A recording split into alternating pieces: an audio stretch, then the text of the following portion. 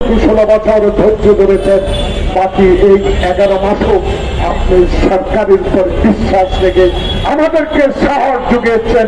ইনশাল্লাহ আপনার এই সাহসের বাকি করে আমরা লক্ষ লক্ষ লোক আপনার সাথে আছি। বাংলাদেশে 91-এর মতো একটি নির্বাচন অনুষ্ঠিত হবে। সেই নির্বাচনে বাংলাদেশের মানুষ আপনাকে ইনশাল্লাহ ভোট দিয়ে সরকার গঠন করাবার সহযোগিতা বলতে চাই। নতুন দল জুলাই বিপ্লবের অগ্নি কণ্ঠস্বর করা আমার বাচ্চার যে বয়স আপনার সেই বয়স। দল করেন,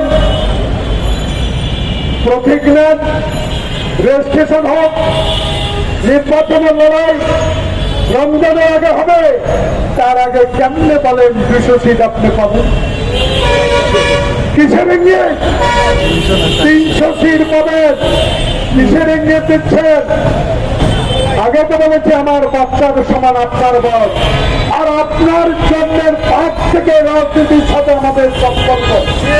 65-র আন্দোলন দেখেছি, 69-এর আন্দোলন দেখেছি, 65-র শিক্ষা আন্দোলন দেখেছি, 71-এর যুদ্ধ দেখেছি, এরশাদ বিরোধী আন্দোলন দেখেছি, হাসিনা বিরোধী আন্দোলন দেখেছি।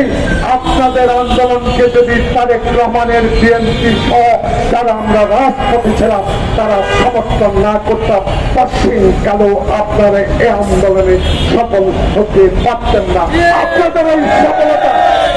আপনাদের এই সফলতাকে আমরা অস্বীকার করি না, কিন্তু কথাবার্তাগুলো যেন সুন্দর হয়। কারণ আমাদের দল বলেছে আসুন রাজনীতি করেন, ক্ষমতায় বসেন, যদি জনগণ ভোট দেয়। হাসিনার মতো দিনের ভোট রাতে করে মরা ব্যক্তির ভোট দিয়ে 10টা হুন্ডা গুন্ডা দিয়ে নির্বাচন কেন্দ্র দখল করে ক্ষমতা দেওয়ার আশা আর বাংলাদেশে কোনোদিনও করবে না। বাংলাদেশের মানুষ অনেক দেখে, শেখ মুজিবকে দেখেছে, কিন্তু সমালোচনা করে। মৌলানা আব্দুল হামিদ খান ভাসানী সমালোচনা তো করে না। সমালোচনার ব্যক্তি বিধায় আপনি সমালোচিত হন। তাই ডক্টর মোহাম্মদ ইউনূস বিশ্বের দরবারে একজন গ্রহণযোগ্য ব্যক্তি, আপনার সমালোচনা আমরা কিন্তু সইতে পারবো না। কারণ পৃথিবীর ইতিহাসে আপনি এমন একটি উপহার আমাদের জন্য নিয়ে আসছেন, যে উপহার দিয়ে আমরা গর্বিত। তাই আপনিও অনুগ্রহ করে ফেব্রুয়ারি মাসে একটি নির্বাচন উপহার দেন, যে নির্বাচনে আপনার নাম স্বর্ণ অক্ষরে লেখা থাকবে।